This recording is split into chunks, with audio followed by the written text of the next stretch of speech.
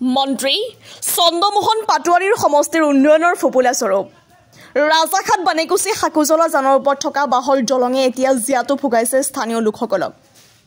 এখন বাহৰ দলঙে এতিয়া যাতায়াতৰ একমাত্ৰ সম্বল এটা অঞ্চলৰ ৰাইজৰ। নলবাৰী জিলাৰ টিহু বিধানসভা সমষ্টিৰ ৰাজাঘাট বানেকুচি হাকুজলা জানৰ পৰা কৈঠালকুচি সংযোগী পথত আছে এখন বাহৰ দলং। বাৰিষা আহিলে এই অঞ্চলৰ লোকসকলে এখন বাহৰ দলঙেৰে পাৰ হ'বলৈ ভয় কৰে। যেটো সময়ত চৰকাৰখনে ডিজিটেল ইণ্ডিয়াৰ কথা কৈ আছে, এই সময়তে বিভিন্ন অঞ্চলত এতিয়াও দেখিবলৈ পোৱা গৈছে ভগ্ন বাহৰ দলং। মন্ত্ৰী চন্দ্ৰমোহন পাটোৱাৰীৰ গৃহ সমষ্টি বানেকুচিৰ এই পথটোৰে অহা যোৱা কৰে স্থানীয় লোক, স্কুলীয়া ছাত্ৰ ছাত্ৰী। ভগ্ন বাহৰ দলং মেৰামতিৰ বাবে বাৰম্বাৰ আবেদন নিবেদন কৰাৰ পিছতো আজিলৈ মেৰামতি কৰা নহ'ল পকী দলং, যাক লৈ এতিয়া ক্ষোভিত অঞ্চলবাসী। শীঘ্ৰে পকী দলং মেৰামতিৰ দাবী জনালে অঞ্চলবাসীয়ে। মই জ্ঞানপীঠ জাতীয় বিদ্যালয় এখনত পঢ়োঁ। আমাৰ স্কুলৰ যাবৰ টাইমত বহুত ভয় লাগে, দলংখনো হোৱা নাই। এতিয়া আমাৰ লগতে ৰাস্তাটোৰ লগতে একেলগে দলংখনো ঠিক কৰি দিব লাগে। লগতে আমাৰ বহুত কেইটাৰো পৰি কেনে ল'ৰা ছোৱালীৰ ভৰি ভাঙি গৈছে। এইখন ৰাজাঘাট বানেকুচি গাঁৱৰ এইটো হাকুজলা জান হয়।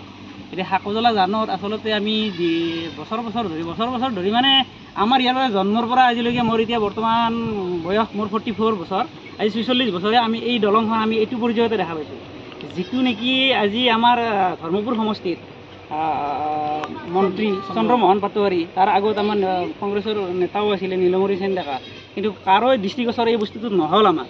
গতিকে আমাৰ এই ৰাজাঘাটবাসীৰ লগতে বৃহত্তৰ কৈঠালকুচি আমাৰ আশা বিহামপুৰ ৰাস্তাৰ পৰা আমাৰ বৃহত্তৰ কৈঠালকুচিলৈ যোৱা এই যিটো সংযোগী পথ, এইখন হাকুজলাৰ ওপৰত যিখন দলং, এই দলংখন আজিলৈকে আমাৰ কিন্তু আমাৰ এনেকুৱা আমাৰ সৌভাগ্যপ্ৰাপ্ত আমাৰ নহ'ল। আৰু বাৰিষা আমাৰ কোনো ধৰণৰ আমাৰ ওপৰমূৰীয়াৰো আমাৰ দৃষ্টিগোচৰ নহ'ল। আমাৰ বাৰিষা এনেকুৱা এটা কণ্ডিশ্যন হয়, যিটো কণ্ডিশ্যনত নেকি আমি এই বাঁহৰ আমি এই কেইঘৰ মানুহে আমি তুলাতুলিকৈ মানে বাঁহকেইডালে আমি তাৰমানে যাতায়াতৰ আমাৰ এইটো শেষ ভৰসা। আৰু আমি এই বাৰিষা এতিয়া যেতিয়া পানী আহিব, ইয়াৰ ওপৰত ধৰক 4-5 ফুট পানী হয়। পানী হ'লে আমি এই বাঁহকেইডাল আমি বান্ধি কেনে ৰাখিব লগা হয়। গতিকে আমি এনেকুৱা এটা পৰিস্থিতিত ভুগি আছোঁ। মন্ত্ৰীৰ গৃহ মৌজা নেকি? মন্ত্ৰীৰ গৃহ মৌজা, এইটো আমাৰ চন্দ্ৰমোহন পাটোৱাৰী আমাৰ এইটো গৃহ মৌজা হয়। তেওঁৰ ওচৰ চুবুৰীয়া আমাৰ এইটো চন্দ্ৰমোহন পাটোৱাৰীৰ পৰাতো আমাৰ এইটো বেছি দূৰ নহয়। গতিকে আমাৰ ভাবোঁ আমি ধৰ্মপুৰ সমষ্টিত বোধহয় এইখন দলঙে বাকী আছে নেকি।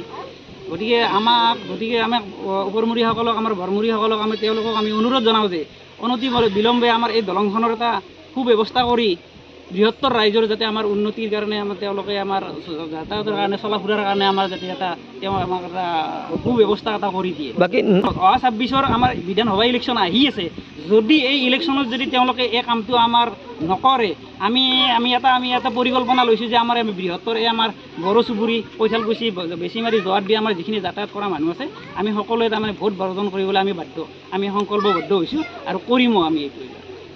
নেতাবিলাক তেওঁলোকৰ মানে এইটো মানে তেওঁলোকৰ মনৰ আমাক হেৰি কৰাৰ কাৰণে, সন্তুষ্টি কৰাৰ কাৰণে তেওঁলোকে ইলেকশ্যনৰ সময়ত মানে চবেই দৌৰাদৌৰিকৈ আহি কেনে আমাক যিটো ক'ব লাগে তাৰমানে আভুৱা ভৰি আমাৰ যিহেতু এইবিলাক আমি যিহেতু খেতি কৰি খোৱা আমি সহজ সৰল সজা মানুহ, গতিকে তেওঁলোকে আমাক যিকোনো নানা প্ৰকাৰে আমাক মানে তেওঁলোকে আমাক প্ৰতিশ্ৰুতি দিয়ে। প্ৰতিশ্ৰুতিত আমি তেওঁলোক গৈ আজি আমি 46 বছৰত উপনীত হ'লোঁ। গতিকে আমাৰ গাড়ী চলি পকি গ'ল, আমাৰ ল'ৰা ছোৱালী আমাৰ এতিয়া বহুতো ল'ৰা ছোৱালী এক্সিডেণ্টো হৈছে, কেতিয়াবা চাইকেলৰ পৰা পৰি দৌৰাদৌৰিও কৰি স্কুলৰ, কেতিয়াবা আমি মতা মানুহবিলাক যদি আমি ঘৰত নাথাকোঁ, মাইকী মানুহবিলাকো বাৰিষা কালত পাৰ হ'বলৈ আমাক সহায় কৰে।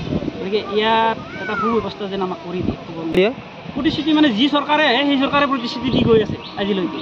কিন্তু বাকী নেতা এতিয়া আমাৰ আমাৰ দায়িত্বত থকা মন্ত্ৰী চন্দ্ৰমোহন পাটোৱাৰী ডাঙৰীয়াক আমি অনুৰোধ জনাওঁ যে আমাৰ যাতে 26ৰ বিধানসভা নিৰ্বাচনৰ আগতে যেন আমাক এই কামখিনি অনতি বিলম্বে আমাক প্ৰদান কৰিবলৈ বাধ্য হওঁ। লিডাৰশ্বিপসকলে তেওঁলোকে যেতিয়া ইলেকশ্যন আহিব, ইলেকশ্যনৰ আগত যিহেতু ভোট তেওঁলোকক লাগে, যি দলৰে নহওক কিয়, যিহেতু ভোট লাগে, ভোট লগাৰ স্বাৰ্থত তেওঁলোকে আমাক নানান ধৰণৰ প্ৰতিশ্ৰুতি দিয়ে, কিন্তু ভোট যোৱাৰ পিছত আকৌ পিছ দিয়ে।